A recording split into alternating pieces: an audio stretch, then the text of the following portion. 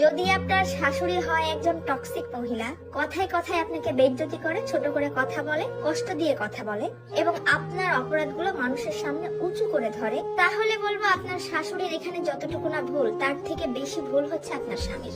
কারণ একজন শাশুড়ি ঠিক ততদূর পর্যন্ত বিষাক্ত হতে পারে যতদূর পর্যন্ত আপনার স্বামী তাকে অ্যালাউ করে। আপনার স্বামীকে এই বিষয়ে কিছু বলতে গেলেই আপনি হয়তো আপনার স্বামীর কাছ থেকে সবসময় এই কথাটা শুনছেন, ওনার স্বভাবই এইরকম, তুমি সহ্য করো।